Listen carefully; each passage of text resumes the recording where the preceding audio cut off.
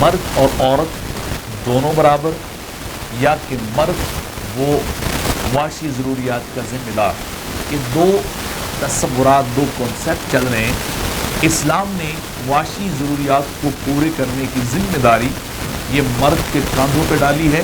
اس کو ذمہ دار قرار دیا ہے کہ وہ کما کے لائے اور عورت کو جو ہے وہ دے، اس کی ضروریات کو پورا کرے، بحیثیت بیٹی، بحیثیت بہن، بحیثیت ماں، یا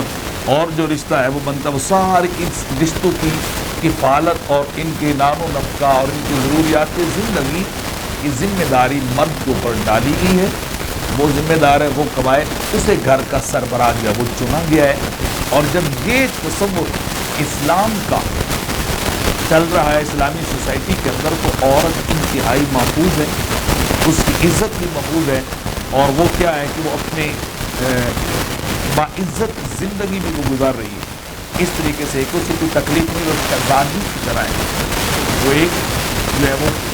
ملکہ کی طرح گھر میں بیٹھی ہے، اسے کوئی باہر کی دنیا کا پتہ نہیں ہے، نہ اسے باہر کی گرم ہواؤں کا پتہ ہے، نہ حالات کا پتہ ہے۔ میاں بھائی باپ دادا نانا جاتا ہے، وہ کما کے اس کی تیلی کی کلی سے جا کے رکھ دیتا ہے،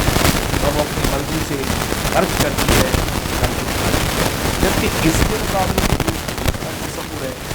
مرد اور برابر ہے، جتنا مرد وہ پارٹنر بنتے ہیں،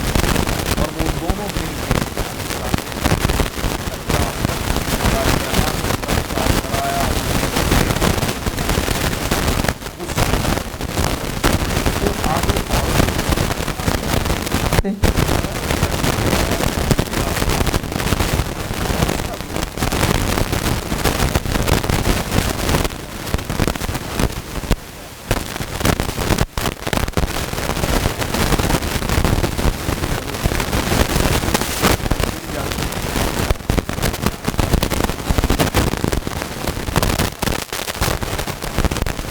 پیدا ہو جائے، اس کو کوئی ذمہ داری کون بنتا ہے؟ اس نسل انسانی